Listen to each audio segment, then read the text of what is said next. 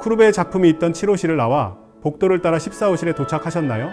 이곳에서 우리는 현대미술의 아버지 중 한 명으로 불리는 에두아르 마네를 만나게 됩니다. 마네는 쿠르베의 사실주의에 영향을 받았지만 거기에 머무르지 않고 자신만의 독창적인 방식으로 현대적인 삶과 보는 방식 자체를 그림의 주제로 삼아 인상주의 화가들에게 결정적인 영감을 준 혁신가입니다. 부유한 부르주아 가문 출신이었던 마네는 기존 아카데미의 규칙에 얽매이지 않고 동시대 파리의 모습, 카페, 거리, 심지어 논란이 될 만한 주제까지 대담하게 화폭에 담았습니다. 흥미롭게도 그는 인상주의 화가들의 정신적 지주였지만 정작 자신은 인상주의 전시에 참여하기를 거부하며 평생 살롱, 즉 국가 주도의 공식 미술 전시회를 통해 인정받고자 했습니다.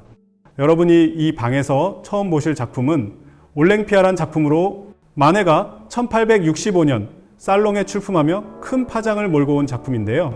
그런데 사실 마네는 이에 앞서 2년 전인 1863년에 풀밭 위의 점심 식사라는 작품으로 이미 엄청난 스캔들을 일으키며 파리 화단을 발칵 뒤집어 놓은 상태였습니다. 그 문제작에 대한 이야기는 잠시 후 5층 인상주의 전시실로 올라가서 다시 얘기하기로 하고요.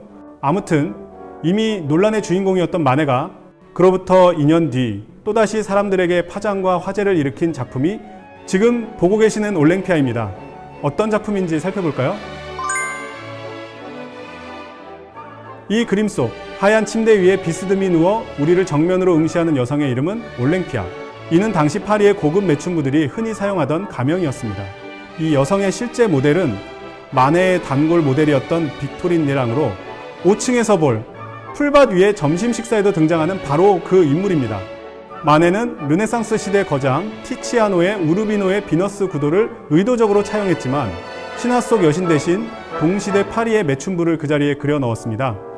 그림 속 그녀의 시선을 피하지 말고 마주해보세요. 부끄러움이나 유혹적인 표정 대신 당당하고 어떻게 보면 무심하기까지 한 그녀의 눈빛은 당시 남성 관람객들을 매우 불쾌하게 만들었습니다. 그녀는 누워있지만 결코 순종적이지 않습니다. 오히려 우리를 바라보며 누가 누구를 보고 있는 걸까 하고 되묻습니다. 이 시선의 역전이 바로 그림의 혁명이었죠. 옆에는 하녀가 고객이 보낸 것으로 보이는 꽃다발을 들고 서 있습니다. 흑인 하녀는 당시 유럽 사회의 식민주의적 인종 인식을 드러내는 상징적 존재로도 읽힙니다. 발치에는 경계심 가득한 검은 고양이가 등을 세우고 있죠. 마네는 빛과 그림자의 차이를 거의 두지 않았습니다. 밝은 부분과 어두운 부분을 단순하게 나란히 두어 그림이 평면처럼 보이게 만들었죠. 마네는 특히 검은색을 매우 능숙하게 다루는 화가로 유명했는데 이 그림에서도 어두운 배경 속에서 검은 하녀와 고양이를 미묘한 색조 차이로 분리해내는 뛰어난 성실을 보여줍니다. 이 작품은 단순히 외설적이라는 비난을 넘어 당시 사회의 위선과 여성에 대한 이중적인 시선을 정면으로 고발하는 그림으로 해석됩니다. 이제 시선을 옮겨 그 옆에 있는 또 다른 마네의 걸작, 피리부는 소년을 감상해 보겠습니다.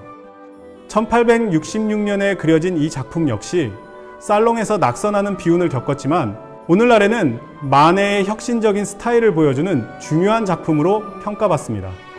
그림은 단순합니다. 황제 근위대의 제복인 붉은 바지와 검은 재킷을 입은 어린 소년이 피리를 불며 서 있습니다. 그런데 소년의 뒤에는 아무런 배경도 심지어 그림자조차 거의 그려져 있지 않습니다. 마치 인물을 오려내어 단색의 벽에 붙여놓은 것 같죠. 이는 마네가 17세기 스페인 화가 벨라스케스의 초상화들, 특히 인물만을 강조했던 그의 방식에서 영감을 받아 시도한 극단적인 평면성의 실험입니다. 전통 회화가 캔버스 위에 3차원의 깊이감 있는 공간을 만들어내려 했다면 마네는 오히려 그림이 캔버스라는 평면 위에 그려진다는 사실 자체를 강조합니다. 마네는 굵은 검은 선으로 소년의 형태를 또렷하게 그리고 붉은색과 검은색, 흰색 같은 단순한 색만 사용했습니다. 색을 섬세하게 섞기보다 넓은 면으로 단순하게 칠해 그림이 입체감보다 평면적인 느낌을 주죠.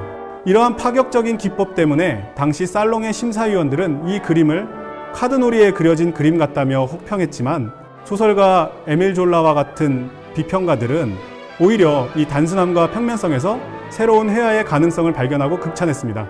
마네의 이러한 평면적인 색채 구성과 빛의 단순화는 곧바로 모네, 르누아르 같은 인상주의 화가들의 회화적 언어로 이어지게 됩니다.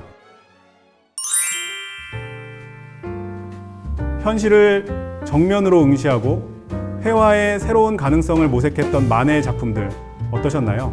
이제 우리는 영층의 주요 작품 관람을 마치고 에스컬레이터나 엘리베이터를 이용해 5층으로 올라가겠습니다. 5층은 오르세 미술관의 핵심으로 인상주의와 후기 인상주의 거장들의 눈부신 걸작들이 모여 있습니다. 좀 전에 얘기했던 마네가 올랭피아 이전에 파리 화단을 발칵 뒤집어 놓았던 바로 그 문제작 풀밭 위의 점심 식사를 먼저 만나보겠습니다. 이 작품은 현재 5층 29호실에 전시되어 있습니다. 흥미롭게도 같은 방에는 마네의 친구이자 인상주의의 대표 화가인 클로드 모네가 그린 동명의 작품 풀밭 위의 점심 식사가 함께 전시되어 있습니다. 아마도 친구이며 한 시대를 풍미했던 마네와 모네의 두 작품을 비교해 볼 수 있도록 같은 공간에 큐레이팅하지 않았나 생각해 봅니다. 그럼 이제 다음 콘텐츠로 이동해 5층 29호실에서 뵙겠습니다. 저를 계속 따라와 주세요.